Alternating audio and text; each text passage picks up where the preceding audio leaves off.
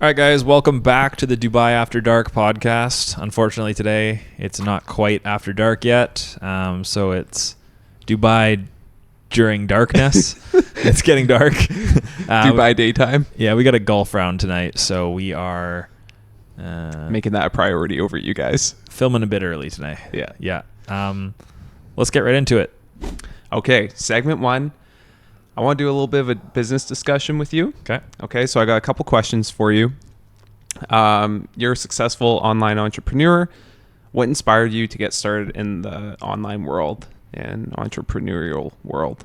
Yeah, for me, I mean, like probably most people, freedom, the number one thing. I think it just really came down to hating my job. I think most people can probably relate to that. And I was willing to put more on my shoulders, take on added stress, take a risk in order to try to break free of having to work for someone, you know? And so I always had thoughts of starting businesses. I just never had any experience. You know, neither of my parents are entrepreneurs. So it ultimately just came down to me wanting to take that leap. But yeah, I was mostly motivated by the pain of wanting to leave a job that I didn't really feel fulfilled at or enjoyed.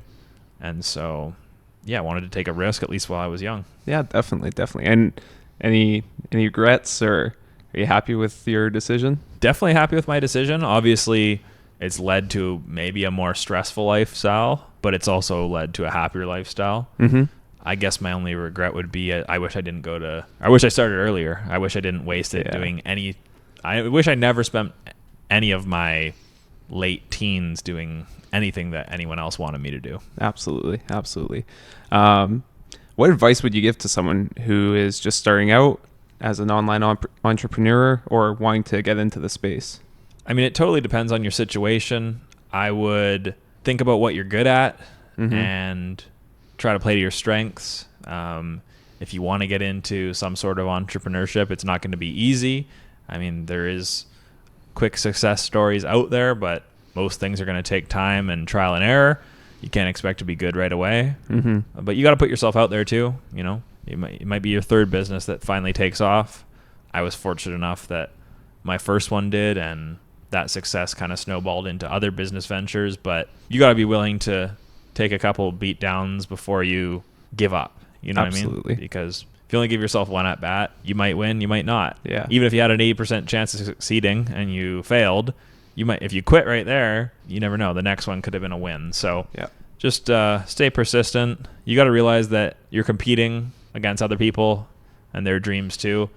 And whoever is willing to kind of snatch that opportunity and take it is who's going to ultimately succeed. And so most people aren't that hard to beat. If you just stay consistent and dedicated for several years, you're going to beat 99% of the competition, and then, you know, you're going to do well for yourself. Right. I love that. Yeah, I definitely think that just staying consistent, and at the end of the day, it's just a numbers game. So if you can do something more than someone else and do it better, then your chances of succeeding are going to be greater. Exactly. And it doesn't come down to, I mean, IQ helps, experience helps, but at the end of the day, you put yourself in enough situations with enough consistency and you'll get where you want to be. Yeah. So having said all that, we know that you have to stay consistent and work hard, but what were some of the biggest challenges you have faced from starting your business? So I've definitely had my fair share of issues. Starting was relatively smooth, actually. Prepared myself well. There was little things here or there where I learned the platform. I personally sell on Amazon, so there was things there that I didn't know that I had to learn, and probably lost small amounts of money here or there just making mistakes and learning. Right. But some of my bigger losses have come, you know, more recently as I've taken bigger risks. I've had suppliers give me horrible quality product and spent, you know, 50 to 100K on some orders that the supplier didn't do a good job on, and I got bad reviews. So that would be like one of the examples of a major disappointment that cost me a lot of money. Okay, thank you for that. You've talked before about finding the right wave to ride. So whether that be Amazon, drop shipping, I know there's a couple other options out there.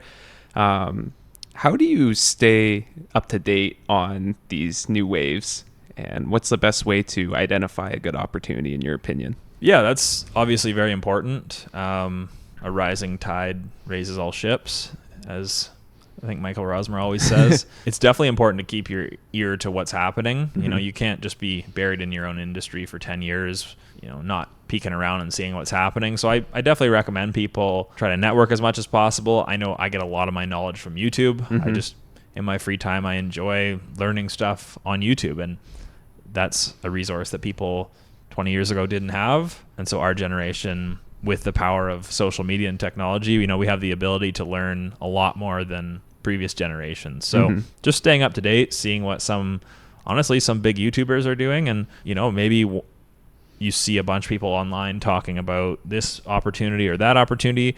Well, maybe that leads you to look into a slightly related but different opportunity. Or maybe you see someone in, I don't know, America doing something, and you're a Canadian and you think, okay, well, maybe I can replicate this in Canada.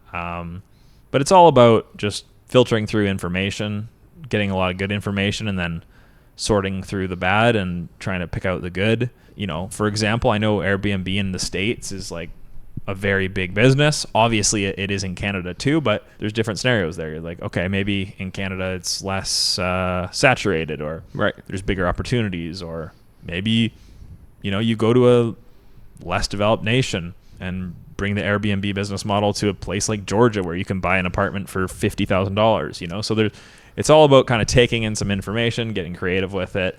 And the more good ideas you're exposed to, they kind of build up to a central intelligence you have of the whole business world. Right.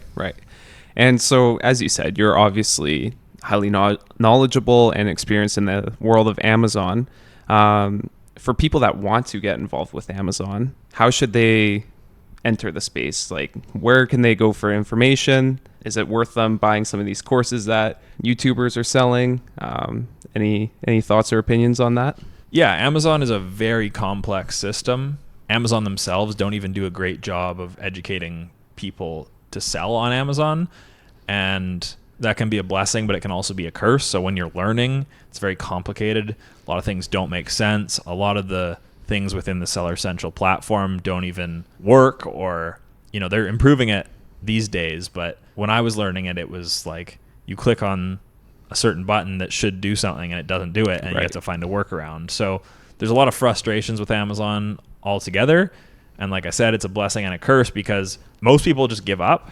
And so it actually keeps a lot of the competition out. Right. Obviously, the few people that persevere and figure these things out, they go on to sell. And so you're competing against the people that are more persistent, right? In terms of where people can start, once again, I'm a big advocate of going on YouTube. I have my own channel, just in case anyone wants to know. Just search my name, Graham Winship. I try to give out advice when I can. I'm not the biggest seller out there, but, you know, I've done 7 figures for 4 straight years, and, you know, I don't have a whole lot to sell anyone, maybe one day, but I just enjoy putting out good content. But yeah, the best places to go are just YouTube videos, and then obviously self-experimentation. Usually the first place I actually point people is, there's a company called Jungle Scout. They're a software that helps you analyze different products to sell on Amazon. Anyways, they have their own YouTube channel, and they've put a bunch of money into step-by-step breakthroughs about how to sell on Amazon. And so I typically actually recommend people just go watch. They usually do, every year they do a series where they go from scratch and they start a product, and they take you through all the steps of finding that product, sourcing it, shipping it from China, and eventually selling it on Amazon. And so it's actually, you know, I'm not self-promoting here. I think that's a great place to start, you know, and it's maybe takes 20 hours to watch the whole series. If you can't sit through 20 hours of content, then how are you ever going to make it? Yeah, it's probably not for you. I think that's a great place to start. Yeah, awesome. I'm sure there's a lot people can take from that.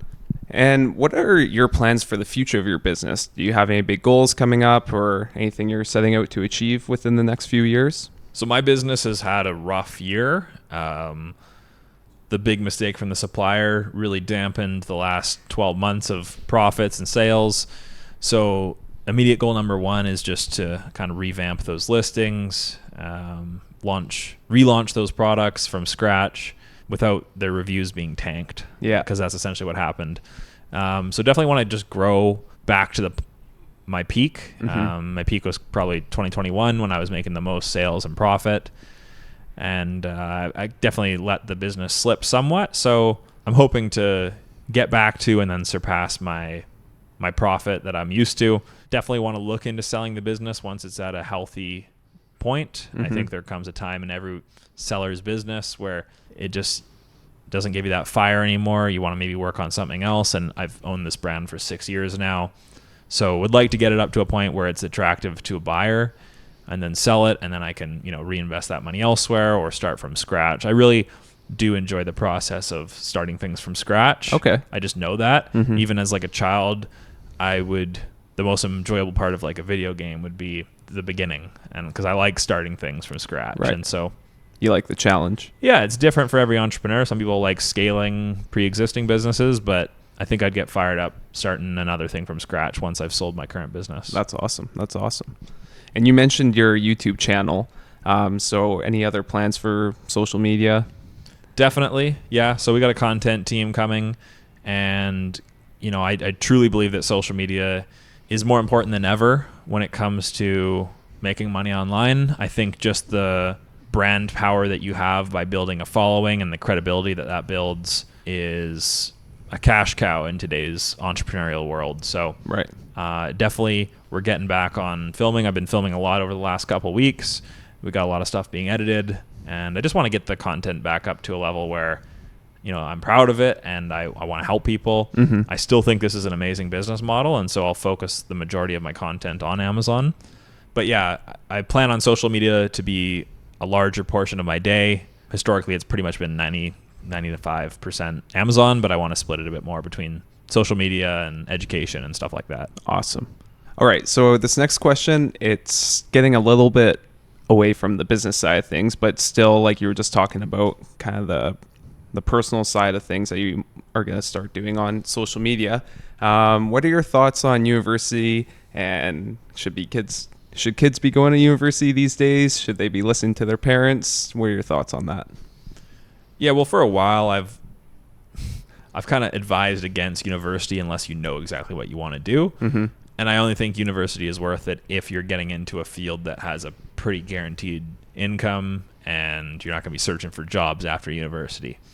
So that, eliminates probably 80% of people that even go to university. There's no point in a lot of those worthless degrees out there, especially in today's world when business is evolving so fast. Like year to year, it's different these days. And so by the time you get through a 4-year degree, the world's going to be a different place. Yeah. And so I believe more in staying on top of the current trends. I think we're about to see the next 3 to 5 years be crazy. And I think that's AI driven. Right. I believe that it's going to make a big impact. I think everyone realizes that, but they don't realize just how big it will be and how important it will be. So, I mean, if I had to do it all over again, once again, I would not go to university. I think it is a waste of most people's time and money. But if you have a surefire career path that you're targeting, it definitely makes sense for some people. It's also just boring. I mean, like I don't want to waste 4 years of my life studying books. I'd rather learn stuff based on what I know is important rather than just following a curriculum that was set 15 years ago. Yeah, have someone tell you what is important. Exactly. Yeah. And I think, there's an old saying that those who can't do, teach. I mean, what business professor at your local university actually runs a business? Exactly. Well, none of them, because if they did, they wouldn't be teaching. Exactly. So regarding AI, is AI just running free? Like, do you think we will get to a point where we can't contain AI and it will start taking over things? I mean, I hope not. My guess is probably as good as yours. I think the time to regulate AI is long gone. I mean, I remember years ago hypothesizing in my head the future effects of AI when I would listen to Elon Musk talk about it. And I was listening to him 4 or 5 years ago when he was saying, I tried to talk to them, they wouldn't listen. When he tried to talk to, I think it was Obama. Really? So, the time to stop it was back then. Let's hope it doesn't destroy the world in some crazy way that none of us expect. It's definitely on the table these days.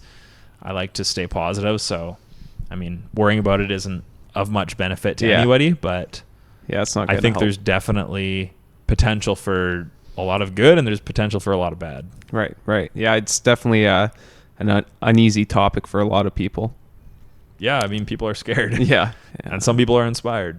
Absolutely. And like you said, it could just be one of those waves that we got to learn to ride and take advantage of. And yeah, I definitely view it as one of the big waves to ride right now, mm-hmm. especially if you're the first to exploit the technology in a creative way.